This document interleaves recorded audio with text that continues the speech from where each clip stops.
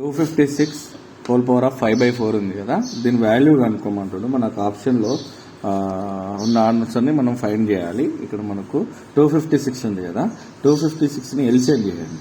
ఓకేనా, 256ని ఎల్సిఎం చేస్తే 2 1 జా 2 2 జా 2 8 జా 16, 2 6 జా 12, 2 4 జా 8, 2 3 జా 2 2 జా, నెక్స్ట్ 2 1 జా 6 జా, 2 8 జా 2 4 జా 2 2 జా, అంటే 256 నథింగ్ బట్ ఎన్ని టూస్ ఉన్నాయి, 1 2 3 4 5 6 7 8, అంటే 2 పవర్ ఆఫ్ 8.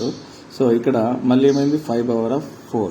నీకు A power of M whole power of N is equal to A power of M into N అని నేను ఫార్ములా చెప్పిన, గుర్తుందా? ఇప్పుడు క్యాన్సిల్ అవుతుంది. సో ఇప్పుడు ఏమైతే 2 పవర్ ఆఫ్ 8 ఇంటూ 5/4 అవుతుంది. సో ఇక్కడ 4 1 జా 4 2 జా, నీకు 2 5 జా 10 వచ్చేసింది, మిగిలిపోయింది.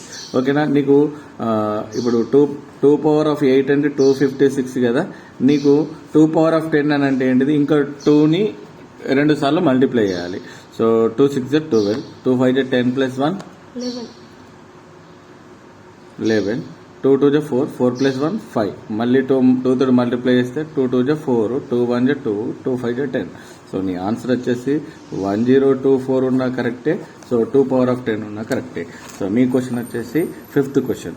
So 1000 power of 7 division 10 power of 18. Next question అంటే 5th దాంట్లో మీకు ఆన్సర్ రాకపోతే కనుక మేము ఇది సాల్వ్ చేసి పెడతాం. సో ఆన్సర్ వస్తే కనుక కామెంట్ చేసి పెట్టండి. Thank you.